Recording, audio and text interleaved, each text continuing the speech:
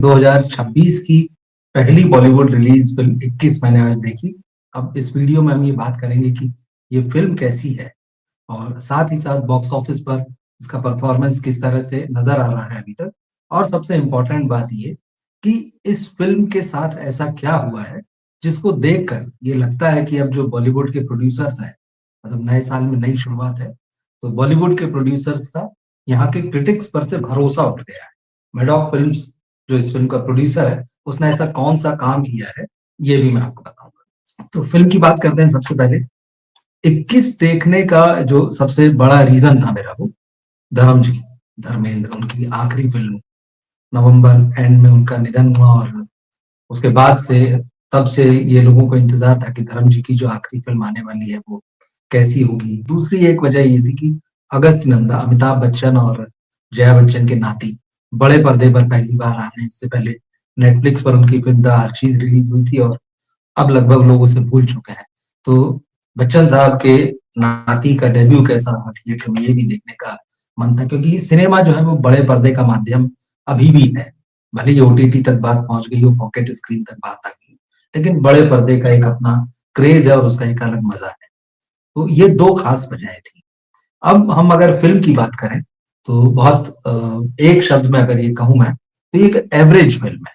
अब ऐसे दौर में जबकि धुरंधर जैसी फिल्म बॉक्स ऑफिस पर धमाल कर रही है और उसका सीधा मामला जो है कि पाकिस्तान के साथ जो है टक्कर दिखाई गई है, हालांकि वो एकदम अलग तरह का बैकड्रॉप है उसकी कहानी का। ये फिल्म भी जो है 21 जो है एक तरीके से हिस्टोरिकल फिक्शन है। 1971 में जो इंडिया पाकिस्तान वार था, ये उसकी कहानी, और वो वार जो था वो दो फ्रंट पर चल रहा था, वेस्टर्न फ्रंट और ईस्टर्न फ्रंट। तो इधर जो है बांग्लादेश का निर्माण हुआ था, भारतीय सेना इस मोर्चे पर भी लड़ रही थी और पश्चिमी मोर्चे पर भी हमारी सेना डटी हुई थी। तो ये पश्चिमी मोर्चे की कहानी है और भारत के सबसे युवा परमवीर चक्र विजेता अरुण खेत्रपाल, जो उस वक्त सिर्फ 21 बरस के थे, उनकी शहादत की ये कहानी कहती है। तो फिल्म में एक डायलॉग है जो आपने ट्रेलर में भी सुना होगा। धर्म जी उनके रोल में है यहाँ पर, अगस्त नंदा जो रोल निभा रहे हैं अरुण खेत्रपाल का। तो डायलॉग आता है कि वो सदा 21 का रहेगा, कि 21वां जन्मदिन बनता है इस नौजवान का, और उसके बाद वो बॉर्डर पर लड़ाई लड़ने के लिए चला जाता है और बहुत बहादुरी से लड़ता है। तो अरुण खेत्रपाल की ये कहानी है। कहानी बहुत सिंपल है कि बाहर जो है वो शुरू हो चुका है, यंग है, सेकंड लेफ्टिनेंट है और पीछे रखा जाता है एक तरीके से रिजर्व में, लेकिन क्योंकि नौजवान होते हैं तो उनको बार बार ये लगता है कि हमको कब लड़ने का मौका मिलेगा।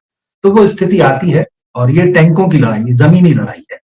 तो इंडियन आर्मी जो होती है वो पाकिस्तान की जो बॉर्डर होती है उसको तोड़कर अंदर घुस जाती है और लाहौर के पास तक या लाहौर तक ये सेनाएं पहुंच गई थी। तो उस जर्नी में किस तरह से अरुण खेत्रपाल जो है अपने टैंक से निशाने साधते हुए पाकिस्तानी टैंकों को उड़ा देते हैं। और एक मौका ऐसा भी आता है कि जब इनके साथ में जो टैंक जा रहे होते हैं, कुछ पीछे रह जाते हैं, कुछ नष्ट हो जाते हैं, मगर ये आखिरी टैंक होता है और उधर से पाकिस्तान के 12-13 टैंक आ रहे होते हैं। तो किस तरह से अरुण खेत्रपाल और उनके एक साथी जो है वो उन सबको निशाने पर ले लेते हैं और वो पूरे लगभग 1 दर्जन टैंक जो है वो सारे ध्वस्त कर देते हैं। मगर जब जो पाकिस्तान की आर्मी को जो व्यक्ति लीड कर रहा होता है, इस फिल्म में ब्रिगेडियर जान मोहम्मद निसार, जो कि जयदीप अहलावत ने ये रोल निभाया है, ये दोनों जब आखिरी में आमने सामने बचते हैं तो जान मोहम्मद निसार की तरफ से टैंक से जो गोला छोड़ा जाता है वो अरुण खेत्रपाल के टैंक को लगता है और वहां पर ये शहीद होते हैं। तो ये कहानी है, बहुत छोटी है, इसमें एक छोटा सा लव ट्रैक भी जो है वो भी दिखाया है। कहानी कहीं कहीं फ्लैशबैक में चलती है और कहीं कहीं वर्तमान में आती है। मामला दरअसल ये है कि जो अरुण खेत्रपाल के पिता होते हैं, ब्रिगेडियर मदन लाल खेत्रपाल, धर्म जी उनके रोल में है, लाहौर जाते हैं, कॉलेज रियूनियन हुआ है। तो ये जो मदन खेत्रपाल हैं ब्रिगेडियर, तो ये वहीं लाहौर में पले बड़े हैं, वहां से थोड़े नजदीक सरगोधा नाम की जगह वहां के रहने वाले होते हैं। तो कॉलेज रियूनियन में जाते हैं और फिर संयोग कुछ ऐसा बनता है कि ये उन्हीं ब्रिगेडियर जॉन मोहम्मद निसार के यहाँ पर रुकते हैं, वही इनके मेजबान होते हैं और फिर धीरे धीरे युद्ध की बातें शुरू होती है, पुरानी यादें आती है। तो अब जो ब्रिगेडियर जान मोहम्मद निसार होते हैं, उन्हें बार बार ये लगता है कि उनके मन में ये टीस है कि एक बहुत यंग ऑफिसर जो था जो कि बहुत बहादुरी से लड़ रहा था, वो जो है मेरे से हाथों जो है वो शहीद हुआ है। वो ये बात बताना चाहते हैं उसके पिता को। तो ये एक इमोशनल स्ट्रगल जो है फ़िल्म के शुरू से चल रहा होता है। तो ये बार-बार, जैसे मैंने कहा, कि कहानी प्रेज़ेंट में रहती है, फिर कुछ यादें आती हैं, वो पीछे चली जाती है फ्लैशबैक में, फिर प्रेज़ेंट में आते हैं। तो इस तरह से ये पूरी फ़िल्म चलती है और आखिरी में किस तरह से ब्रिगेडियर जान मोहम्मद निसार जो हैं अ, अरुण खेत्रपाल के पिता को बताते हैं सच्चाई और उस जगह पर ले जाते हैं जहाँ उनका बेटा शहीद हुआ था। फ़िल्म जो है ओवरऑल, जैसे मैंने कहा, एवरेज है, लेकिन इमोशनल पॉइंट्स इसके जो हैं कहीं-कहीं बहुत हाई होते हैं। फ़िल्म की एक प्रॉब्लम ये है कि एक समान ग्राफ पर जो है या एक समान लेवल पर नहीं चलती, ऊपर-नीचे होती रहती है। फ़िल्म की स्पीड जो है वो भी कभी धीमी होती है, कभी तेज़ होती है और जैसे मैंने कहा, कभी फ्लैशबैक में, कभी प्रेज़ेंट में है। तो एक वो जो उसकी बुनावट है, वो कहीं-कहीं थोड़ा-सा आपको बीच में डिस्टर्ब करती है। लेकिन अगर आप स्टोरी वाइज़ देखेंगे तो एक इमोशनल स्टोरी है और कहीं न कहीं ये फ़िल्म जो है युद्ध, मतलब किस तरह से, मतलब जो है, भले ही 2 देशों की आपसी लड़ाई होती है, 2 सेनाएँ आमने-सामने होती हैं, लेकिन आखिरकार जो होता है कि एक मानवीयता जो होती है, इंसानियत जो होती है, वो ये सवाल खड़े करती है कि ये युद्ध क्यों? तो इस फ़िल्म में धर्म जी का एक डायलॉग भी आता है कि ये क्यों और आखिर कब तक? ये सारी चीज़ें जो है चलती, तो इस तरह से आप कह सकते हैं कि इनडायरेक्टली जो है युद्ध का अमानवीय पक्ष भी बताती है कि किस तरह से वो लोगों की ज़िंदगियों को बर्बाद करता है, घरों को बर्बाद करता है। वो ये भी बताती है कि ये जो सत्ता होती है दोनों देशों की, वो आपस में टकराती है और जो आम लोग जो होते हैं, वो उसका खामियाजा भुगतते हैं। अपने मैसेज में ये फ़िल्म अच्छी है।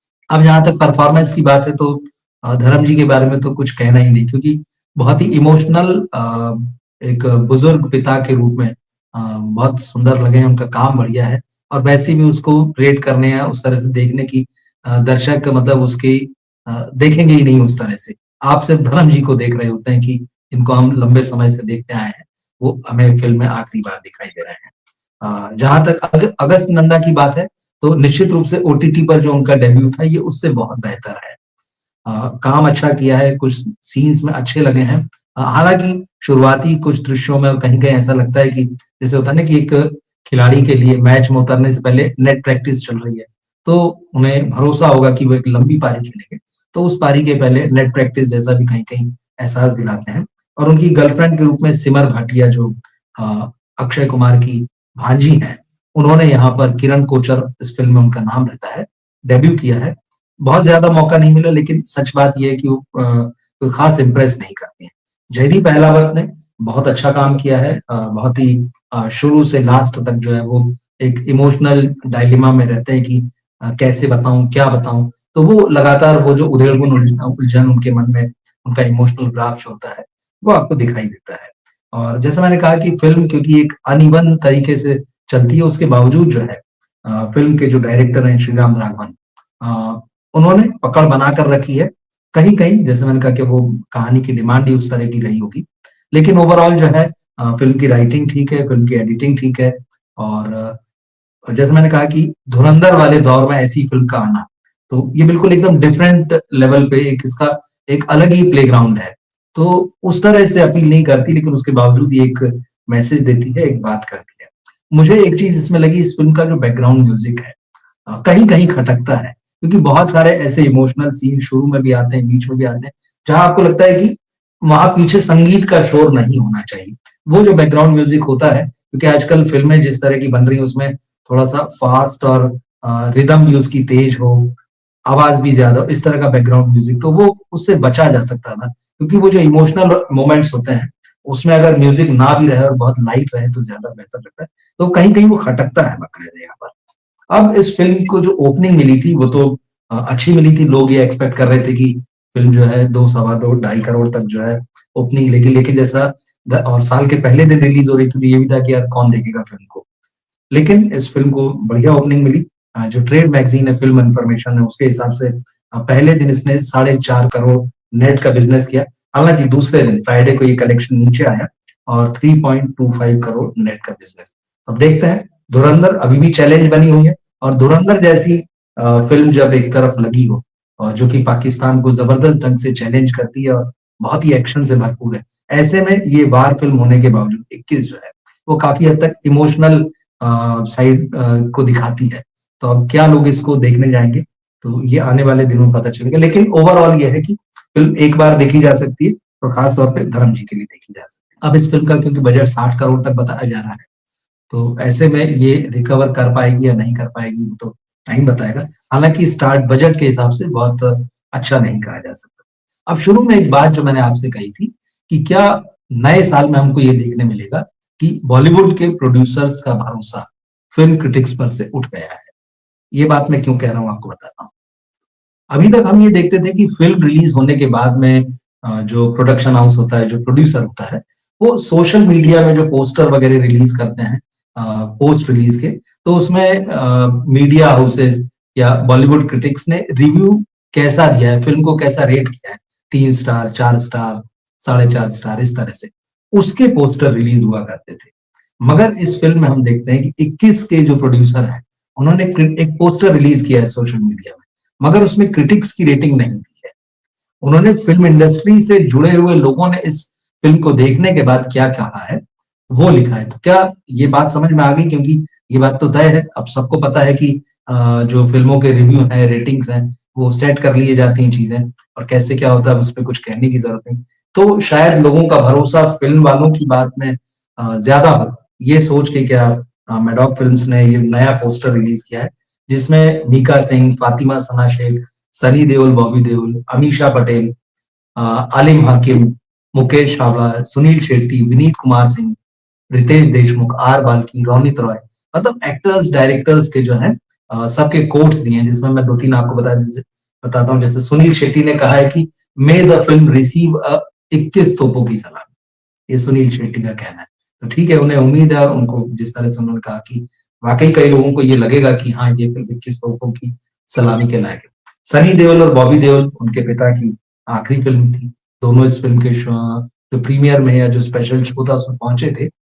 काफ़ी इमोशनल भी नज़र आए थे। तो दोनों का एक कॉमन कोट इसमें है कि today with love and immense pride we share a kiss with the world, hoping it lives on the way our papa does forever. तो ये एक तरीके से उनकी श्रद्धांजलि है। उन्हें उम्मीद है कि मतलब उनके पिता की तरह ये फ़िल्म जो है हमेशा देखी जाएगी, याद की जाएगी। अमीषा पटेल ने लिखा कि such a soulful and sweet film. इसी तरह से अ, विनीत कुमार सिंह जो एक्टर हैं, उन्होंने कहा कि so inspiring, my heart is full of mixed feelings. R Balki जो डायरेक्टर हैं, उन्होंने लिखा कि such an important film in today's time. Ronit Roy कह रहे हैं इट्स एन अमेजिंग मूवी। तो इस तरह से बॉलीवुड के लोगों ने इस फ़िल्म को आप कहिए कि सपोर्ट तो पूरा बॉलीवुड कर रहा है और क्यों नहीं करेगा। एक और बात ये भी है कि बच्चन साहब के नाती की डेब्यू फ़िल्म है थिएटर में। तो होता ही है कि हम देख रहे हैं कि चाहे शाहरुख खान के बेटे की लॉन्चिंग रही हो बतौर डायरेक्टर, पर ये पहली बार इस तरह से दिख रहा है कि किसी प्रोडक्शन हाउस ने बॉलीवुड के लोगों का एक पोस्टर बनाया, उनके कोट्स का, उनके कमेंट्स का और उसको रिलीज़ किया। बनिस्बत इसके कि बॉलीवुड के जो रिव्यूअर्स हैं, फ़िल्म क्रिटिक्स हैं, उन्होंने क्या रेटिंग दी है या क्या बात कही है इस किसी फ़िल्म को लेकर। तो देखते हैं क्या ये ट्रेंड जो है इस साल शुरू हुआ है और ये आगे बढ़ेगा। नज़र रखेंगे क्योंकि ये बात सही है कि क्रिटिक्स की जो मीडिया हाउसेस के क्रिटिक्स के खास तौर पर और या जो सोशल मीडिया में रिव्यू करते हैं और बड़े-बड़े नाम हो चुके हैं, उनकी साख जो है उस पर बड़ा धब्बा तो लगा ही है, झटका लगा है उसको। तो देखेंगे। तो ये था 21 का रिव्यू और बाकी ये फ़िल्म अगर आपने देखी हो तो ज़रूर कमेंट बॉक्स में लिख कर बताइएगा कि आपको कैसी लगी या फिर आप इसे देखना चाहते हैं तो किस वजह से देखना चाहते हैं।